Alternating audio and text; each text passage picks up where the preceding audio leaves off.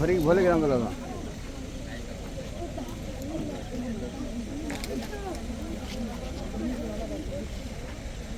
नमस्ते बोलो चलिए ఇప్పుడు చెప్తే నేను చెప్తే ఎలక్షన్ గురించి మాట చెప్పాను అనుకుంటారు అలా వద్దు ఆ డౌట్లు వద్దు